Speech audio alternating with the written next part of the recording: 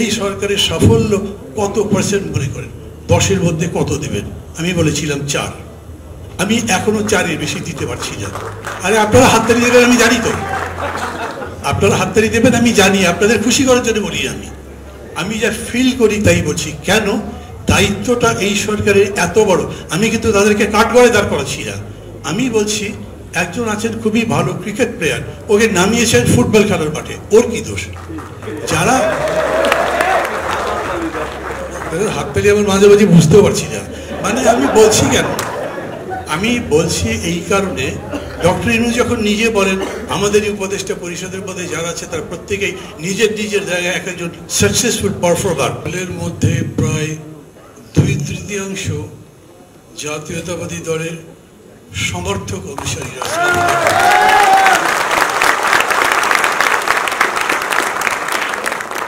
বেশ ভালো লেগেছে আমার কথা, না? আচ্ছা, একটু পরে যদি এমন কিছু বলি খারাপ লাগে তখন কি করবেন?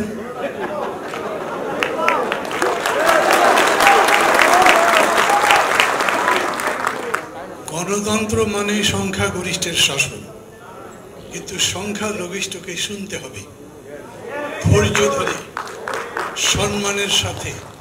সেই কথা যদি সংখ্যাগরিষ্ঠের বিপক্ষেও যায় তবু তাকে শ্রদ্ধা করতে হবে। কোপার্নিকাস যখন বলেছেন পৃথিবী সূর্যের চতুর্দিকে ঘুরে, তখন সবাই তার বিরুদ্ধে ছিলেন, তার তো ফাঁসি হয়েছে, কিন্তু ওটাই সত্য। সত্য আবার বস্তু এবং বিষয় নিরপেক্ষ।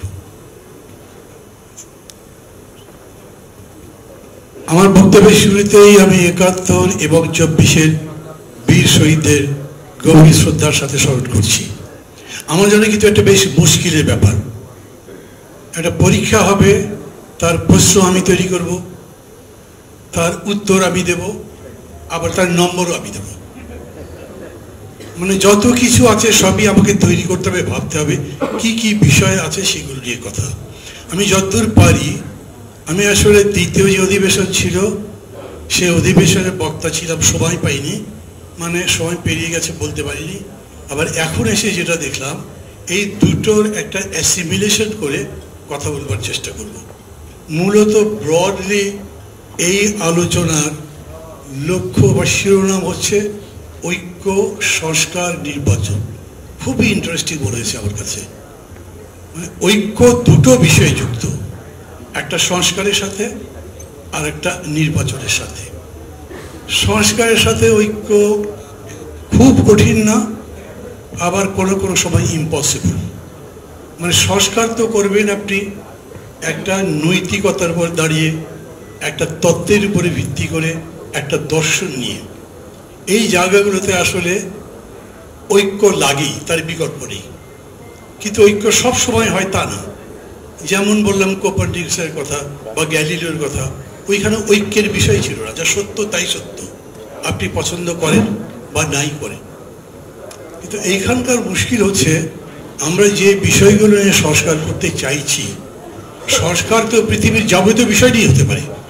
বাংলাদেশের যত সমস্যা আছে সব কিছুই এই সংস্কার অ্যাড্রেস করতে পারে, কিন্তু আমরা সবগুলো ধরছি না। বর্তমান সরকার 13টা কমিশন করেছেন। ডক্টর ইউনূস জাতির উদ্দেশ্যে ভাষণ দেওয়ার সময় বলেছেন 2টো বা 3টা বিষয়ের উপরে মূল গুরুত্ব দিচ্ছেন, যেটা মূলত নির্বাচন ইত্যাদি সংক্রান্ত। আমাদের সংকটটা বেশি করে উপলব্ধি করেছিলাম আমরা যখন গণতন্ত্র একটা একটা করে হত্যা করা হচ্ছিল, যখন তার মূল উপাঙ্গ নির্বাচন ব্যবস্থাকে গিলে ফেলা হচ্ছিল। আমরা একেবারেই বেশি করে বলছিলাম নির্বাচন ফেরত চাই, গণতন্ত্র ফেরত চাই, গণতন্ত্র পুনরুদ্ধার আন্দোলন করতে হবে। অন্তর্বর্তী সরকার যেটা এসছেন সেটাকেও একটু বলি। আমরা যখন অনেকগুলো দল মিলে আলোচনা করছি এই সরকার যাবার পরে কি রকম সরকার আসবে, তখন প্রস্তাব এসছে তত্ত্বাবধায়ক সরকারের, প্রস্তাব এটাও এসছে অন্তর্বর্তী সরকারের। কৃতিত্ব দাবি করছি না, আমি অন্তর্বর্তী সরকারের পক্ষে ছিলাম। কেন? তত্ত্বাবধায়ক সরকার তখন একটা কনস্টিটিউশনাল কনসেপ্ট, 3 মাসের জন্য থাকবে, দ্য টার্মস অফ রেফারেন্স কেবলমাত্র নির্বাচন। কিন্তু শুধু শুধু একটা নির্বাচনের দায়িত্ব নিয়ে কোনো সরকার যদি নির্বাচন করতে যায় তাহলে যাহা বাহান্ন তাহা 53। যা ছিল তাই হবে, থোর বড়ি খাড়া, খাড়া বড়ি থোর, ওটা করে আবার লাভ কি? তার জন্য তো আমি আন্দোলন করবো না। মানুষ আমাদেরকে প্রশ্ন করেছিলেন এর বদলে বি আসবে, তাতে আবার কি লাভ? আমরা বলেছি না, ওরকম নয়, আমরা রাষ্ট্র কাঠামোটা বদলে দেবো, ব্যবস্থাটা বদলে দেবো, সমাজটা বদলে দেবো, মানুষের জীবন, রাষ্ট্রের জীবন পুরোটা বদলাবার লড়াই করছি এটা। এবং সেই লড়াইয়ের অংশ হিসেবেই আমরা মনে করি অন্তর্বর্তী সরকার এক সরকার থেকে আরেক সরকারে যাওয়া পর্যন্ত সবাই যা যা করতে পারে সবই করবে, কিন্তু তার প্রধান কাজ থাকবে একটা নির্বাচন ব্যবস্থা। এরকম একটা নির্বাচন সবার কাছে গ্রহণযোগ্য, এরকম একটা নির্বাচন যা আমাকে পরবর্তী গণতন্ত্রের গৃহে প্রবেশ করবার জন্য প্রাথমিক সিঁড়িটা তৈরি করবে। এটুকু করেই যদি একটা সরকার চলে যায় তাহলে বাকি কাজগুলো ভবিষ্যতের জন্য আমরা রেখে দিতে পারি। কিন্তু ধরুন এই কাজটা করতে করতে আবার 2 বছর সময় লাগলো, এই 2 বছরের মধ্যে সরকার একটা ভালো হেলথ পলিসি করলো, করতেই পারে, এটা নিয়ে কোনো বিতর্ক নেই। এখন কেউ যদি এরকম করে বলেন, যেমন আজকের বক্তৃতাতেও কেউ কেউ বলেছেন আপনারা এত যে আলোচনা করছেন আপনারা গার্মেন্টস শ্রমিকের মজুরি ন্যূনতম কী হবে তা তো করছেন না, আমি সেটা করতে পারবো না। কেন?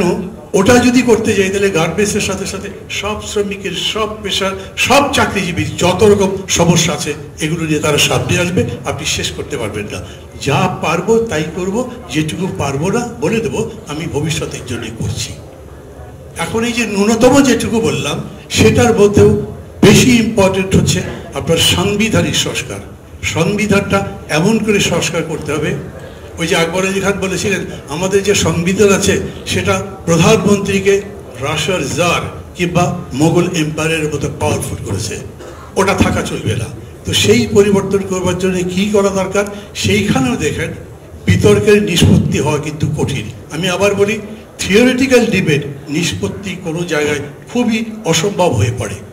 একটা দল বললেন আমাদেরকে সংখ্যানুপাতিক ভোট করা দরকার, আর একটা দল বললেন না ওটা দরকার নেই, যা ছিল তা আগের মতোই থাক।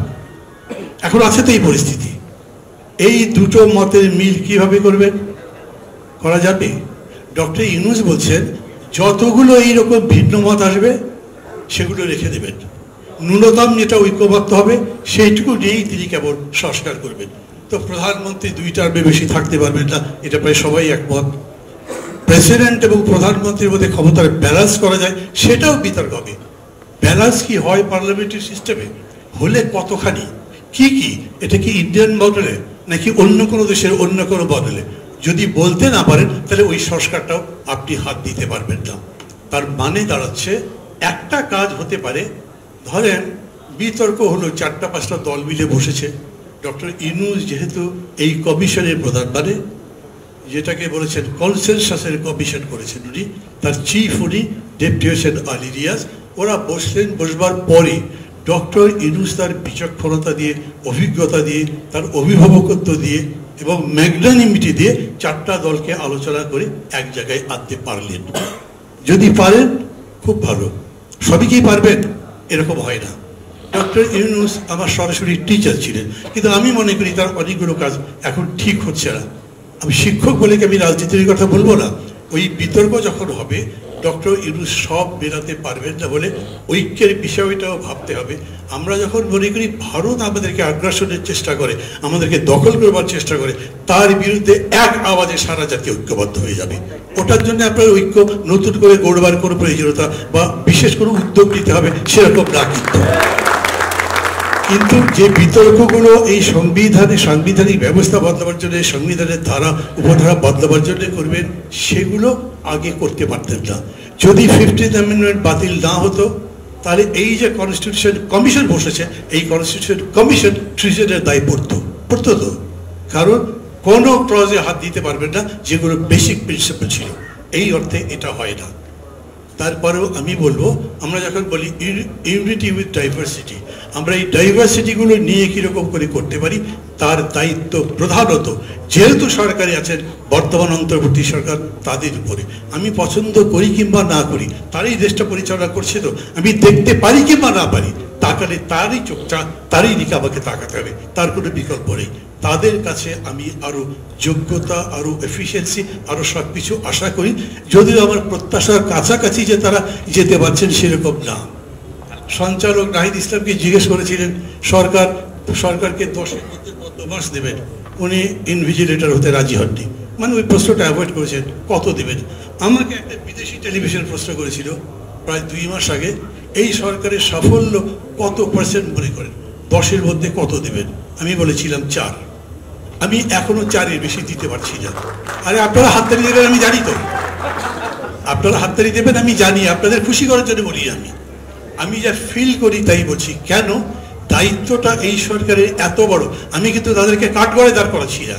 আমি বলছি একজন আছেন খুবই ভালো ক্রিকেট প্লেয়ার, ওকে নামিয়েছেন ফুটবল খেলার মাঠে, ওর কি দোষ? যারা হাততালি আমার মাঝে মাঝে বুঝতেও পারছি না, মানে আমি বলছি কেন, আমি বলছি এই কারণে, ডক্টর ইউনূস যখন নিজে বলেন আমাদের উপদেষ্টা পরিষদের মধ্যে যারা আছে তার প্রত্যেকেই নিজের নিজের জায়গায় এক একজন সাকসেসফুল পারফর্মার, আমি তার ডিবেট করি না, কিন্তু নিজের জায়গায় ছেড়ে আরেকটা জায়গায় তো এসছেন, সেইখানে কত মার্কস দেবেন? নিজেরা মার্কিং করেছেন, করেন, যেটা ভুল হচ্ছে সেই জায়গায় আমি বলছি এই মঞ্চে যারা বসে আছি, সকাল থেকে যারা আসছি, সবাই, the whole nation is behind you. আপনারা তাদেরকে ব্যবহার করেন, তাদের কাজে লাগান, তাদের জ্ঞানটাকে নিজের জ্ঞানের সাথে যুক্ত করেন, তারপরে বাড়েন। সেটা যদি করতে না পারেন তাহলে যে ঐক্যের কথা বলছেন, যে জায়গায় পৌঁছাবার কথা বলছেন, সেই পৌঁছানো কিন্তু সম্ভব হবে না। সেকেন্ড কোয়েশ্চেন, আবারও বলি জাতীয় ঐক্য বলছেন, একটু কথা সংক্ষেপ করবার চেষ্টা করবো আমি। নির্বাচন এবং জাতীয় ঐক্য কিভাবে সম্ভব বলেন তো? আমার বিরুদ্ধে দাঁড়িয়েছে মাহফুজ, ওর সাধারণ ঐক্য কিভাবে হবে? আমি মিটিংয়ে বক্তৃতায় বলবো মাহফুজ হলো মানুষই, ওকে কি ভোট দেবেন? আবার ও বলবে মান্না ভাই হয়তো আমার চেয়ে বয়সে সিনিয়র, কিন্তু এখনো পাকে নেই ঠিক মতো, ভাই বয়স হচ্ছে, মাথায় একটু উল্টাপাল্টা হয়। এগুলোই চলে আমাদের দেশের রাজনীতিতে। যখন প্রতিদ্বন্দ্বিতা আছে, ওই প্রতিদ্বন্দ্বিতার মধ্যে যে ঐক্যের কথা বলছেন সেটাকে খুব ক্লিয়ারলি